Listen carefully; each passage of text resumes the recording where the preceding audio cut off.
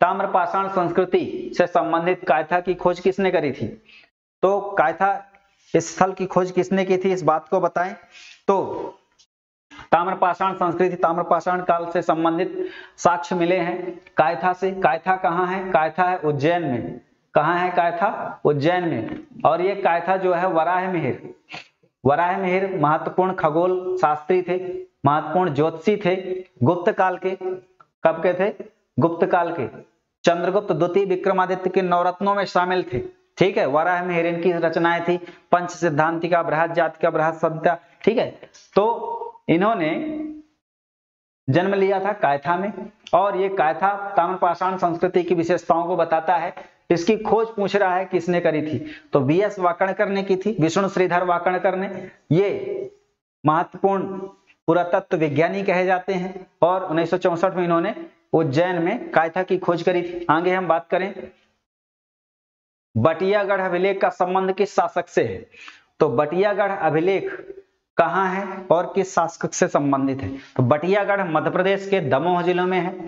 ठीक, मध्य प्रदेश के कहाँ है? दमोह जिले में। और ये किनसे संबंधित है? तो इनसे संबंधित है, वो शासक है तुगलक वंश। तुगलक वंश से संबंधित है, तुगलक वंश। और 1324 के आसपास का लेख प्राप्त हुआ है। कब का?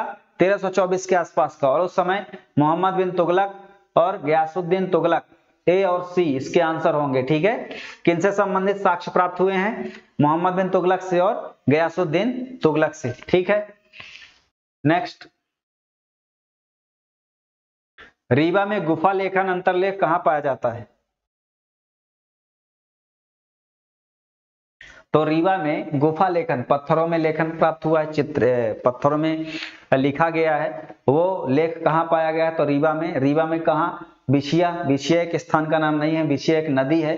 और रीवा किस नदी के किनारे बसा है? बिछिया नदी के किनारे बसा है। लेकिन इसका आंसर ये सही नहीं है। पचमढ़ी तो नर्मदापुरम जिले में है, जिसको होशंगाबाद कहा जाता था। ठीक, तो ये भी गलत है, ये भी गलत है। केवटी, केवरा, ये भी नहीं है रीवा में। केवटी, केवटी वाटरफॉल है, और यहाँ भी गुफा लेखन भी प्राप्त हुआ है। ठीक है, गुफा लेखन भी प्राप्त हुआ है, और जलप्रपात भी है। ठीक है, तो ये ध्यान रखिएगा, जलप्रपात भी है केवटी में, और गुफा लेखन भी है, यहाँ से प्राप्त हुआ है। आगे हम बात करेंगे नेक्स्ट प्रश्न की। तो प्रमुख मस्जिद है और इससे संबंधित स्थान है, कहाँ है, इनको बताना है। तो कमाल मौला मस्जिद, कमाल मौला मस्जिद धार में है। दिलावर खां मस्जिद कहाँ है? दिलावर खां मस्जिद जो है ये मांडू में है। खजराना मस्जिद इंदौर में है, खजराना गणेश मंदिर भी है। मोती मस्जिद भोपाल में है। कुदसिया बेगम, जो कि भोपाल की प्रथम महिला नवाब थी, कुदसिया बेगम, उसने भोपाल में मोती मस्जिद का निर्माण कराया था। ठीक है, आगे हम बात करें तो इसका मिलान क्या होगा?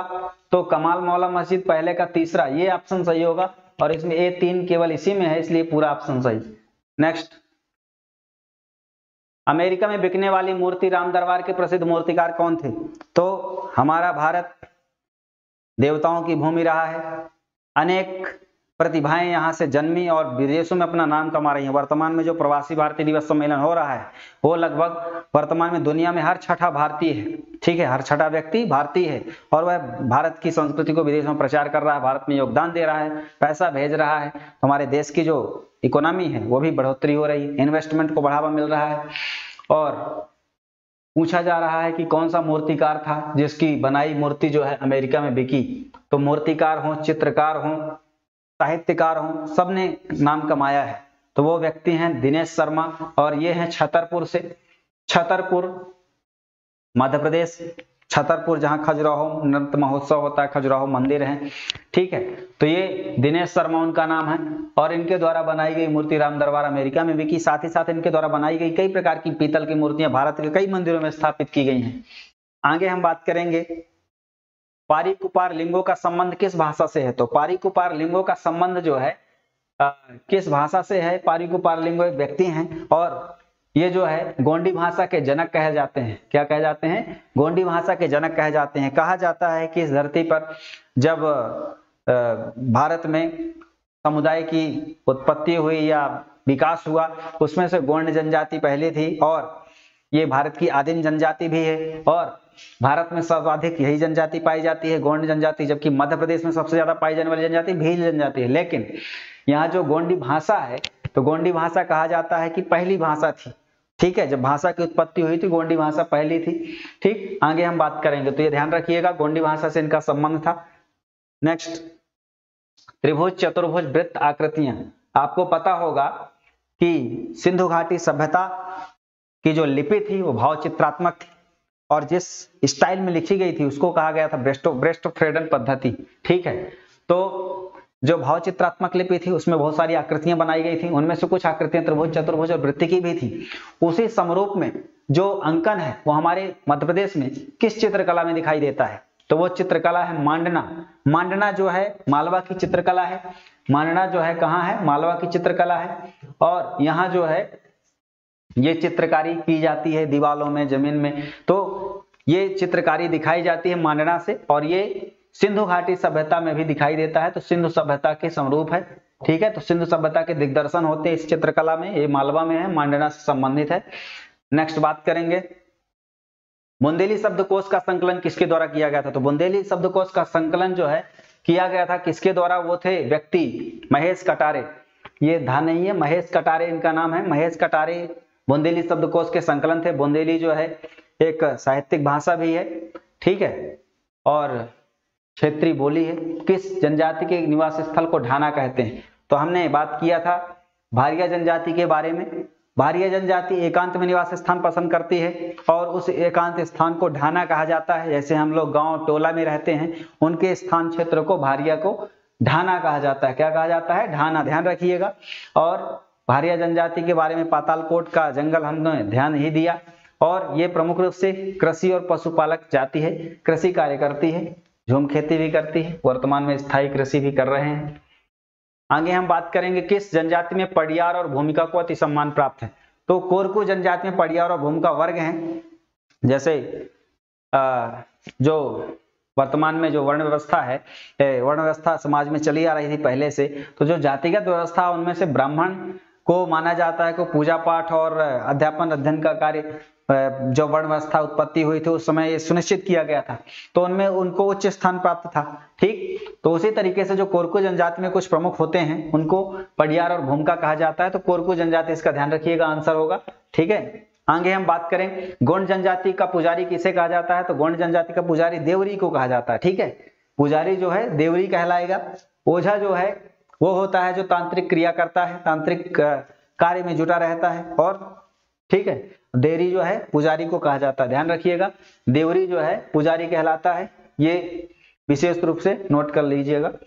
आगे हम बात करें किस जनजाति का नाम उसे प्रायद्वीपीय भारत के नाम से हिस्से में मिला है? ठीक है, ये बहुत महत्वपूर्ण फैक्ट है, ये इसका संबंध भूगोल से है। आपको पता होगा कि महाद्वीपीय विस्थापन सिद्धांत को सन 1912 में अल्फ्रेड वेगनर ने दिया था। अल्फ्रेड वेगनर ने कहा कि महाद्वीपों का विस्थापन हो रहा है, कई कारणों से हो रहा है, इसकी विस्तृत चर्चा हम भूगोल में करेंगे। लेकिन उन्होंने कहा कि जब कार्बोनिफेरस काल में, पहले तो पृथ्वी जब उत्पत्ति हुई सूर्य से, तो एक प्रमुख स्थल के रूप में थी, लाखों वर्षों तक वर्षा वगैरह हुई, स्थल पिंड बना चट्टानों के रूप में गर्म गोले से, और उसका नाम पड़ा पैंजिया। उसके चारों तरफ महासागर हुआ, उसको पैंथालासा बोले, पैंथालासा। ठीक है, ये पैंजिया था, इसके चारों तरफ महासागर था जिसको पैंथालासा कहा जाता था। बाद में इसका जो है दो भागों में टूट गया, बीच में भूसन्नति आ गई और इसको अंगारा लैंड, इसको गोंडवाना लैंड कहा गया।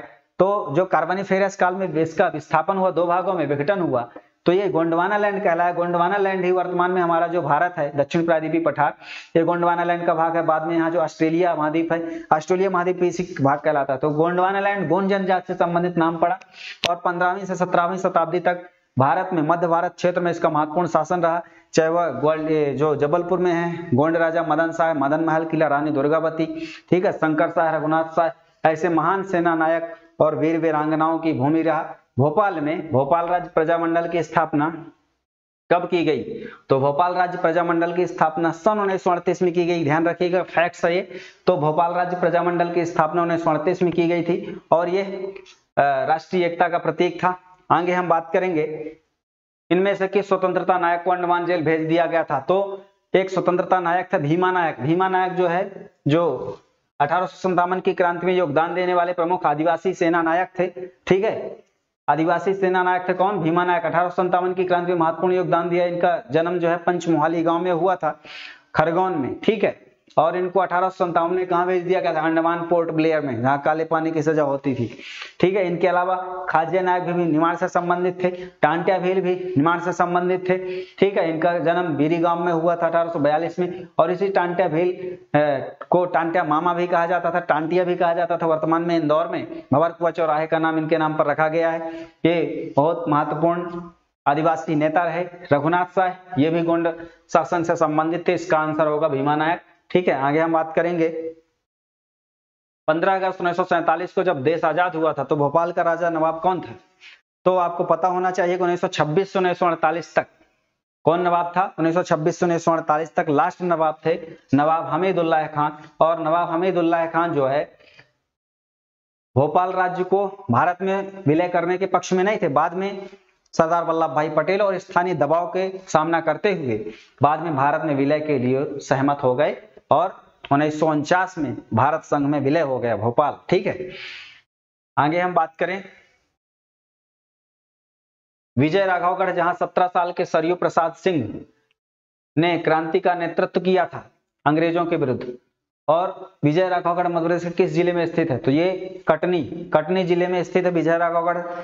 ठीक है, विजय राघवगढ़ जो है वहां विधानसभा क्षेत्र भी है, तहसील भी है, तो इस बात को ध्यान रखिएगा। आगे 1931 में महिला सेवा दल की स्थापना हम पहले चर्चा कर चुके हैं, रतलाम में है, 1931 में स्थापना की गई थी। ठीक है, महिला सेवा दल की। आगे हम बात करें महात्मा गांधी ने मध्य प्रदेश की पहली यात्रा किस वर्ष की थी? आपको पता है कि 9 जनवरी 1915 को महात्मा गांधी 1893 में जब चले गए थे दक्षिण अफ्रीका, उसके बाद लौटे थे स्थायी रूप से। और 1915 के बाद जो देश में आए और देश में गोपाल कृष्ण गोखले को अपना राजनीतिक गुरु माना और पूरे देश की स्थिति को साबरमती आश्रम अहमदाबाद में बैठकर उन्होंने अध्ययन किया, जाना समझा। और बाद में 1917 में चंपारण सत्याग्रह के बाद देश में अपने गांधीवादी युग की शुरुआत करी। चंपारण में पहला सत्याग्रह हुआ और जो सत्याग्रह उन्होंने दक्षिण अफ्रीका में किया था उसकी सफलता भारत में भी दिखाई दी। और एक सत्य के परम पुजारी ने देश को बिना हथियारों के जो है, बिना खड़क, बिना ढाल के हमें आजादी प्रदान करी। माखनलाल चतुर्वेदी की कविता भी है, ध्यान रखिएगा। 28 मार्च 1918 को कब इंदौर भारत की यात्रा कब की थी? 28 मार्च 1918 की यात्रा की थी। तो ये मध्य भारत की यात्रा के समय भारत आए थे। ठीक है, मध्य प्रदेश में उन्होंने यात्रा की, महात्मा गांधी की यात्रा 1918 28 मार्च। आगे बात करें किसने राज्यों में 1939 में अंग्रेजों के विरुद्ध संघर्ष छोड़ने की हिंदुस्तानी लाल सेना का गठन? तो ये थे मंगललाल बागड़ी। मंगललाल बागड़ी जो है हिंदुस्तानी लाल सेना का गठन किया था इन्होंने।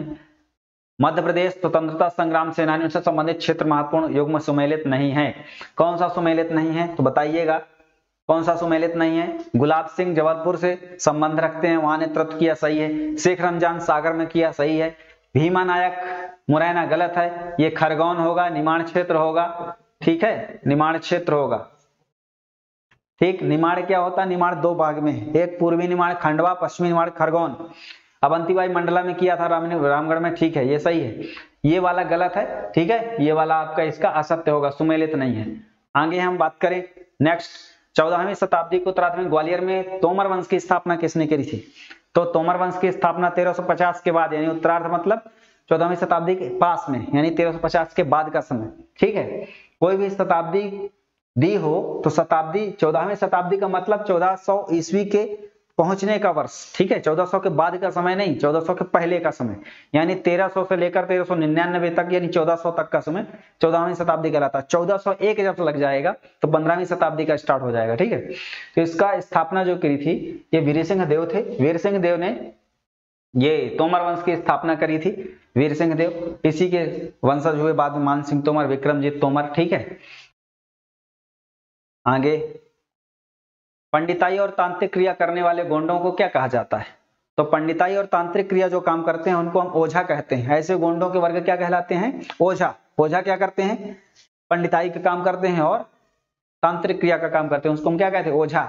आज भी ग्रामीण क्षेत्रों में ओझा गुनिया शब्द प्रचलित है, तो ओझा गुनिया ये गोंडों में प्रचलित था। ठीक है, तो जनजाति से संबंधित है ये। आगे मध्य प्रदेश में बैगा जनजाति मुख्यतः कहाँ पाई जाती है? तो मध्य प्रदेश में बैगा जनजाति जो है कहाँ प्रमुख रूप से निवास करती है? तो पूर्वी मध्य प्रदेश में निवास करती है। पूर्वी सतपुड़ा, ये भी सही है। डिंडोरी पूर्वी जिला है, ठीक है। सीधी भी पूर्वी जिला, सही है। सभी सही है, सभी में बैगा जनजाति। बैगा जनजाति जो है पूर्वी मध्य प्रदेश में मुख्य रूप से निवास करती है। मंडला का बैगाचक क्षेत्र प्रमुख रूप से उनकी खेती के लिए फेमस है। और ऐसे गोंड जनजाति पूरे भारत में है, पूरे भारत में सही से पूरे मध्य प्रदेश में भी है कहीं छिटपुट तरीके से, और लेकिन ये बैगा जनजाति के साथ इनका समुदाय विशिष्ट रूप से रहता है, ठीक है। आगे, सन 1305 में अलाउद्दीन खिलजी ने मालवा के किस शासक को पराजित किया था? तो 1305 में अलाउद्दीन खिलजी ने किस शासक को परास्त किया था? अलाउद्दीन खिलजी खिलजी वंश का सम्राट था और उसने मालवा के राजा महलक देव को परास्त किया था। किसने? महलक देव को, ठीक है। किसने? अलाउद्दीन खिलजी ने। और जब पराजित कर दिया, मालवा पर अधिकार कर लिया, तो उसने आइनुल मुल्क मुल्तानी को मालवा का क्या नियुक्त कर दिया? अपना दूत नियुक्त कर दिया या वहां की सत्ता सौंप दी, ठीक है।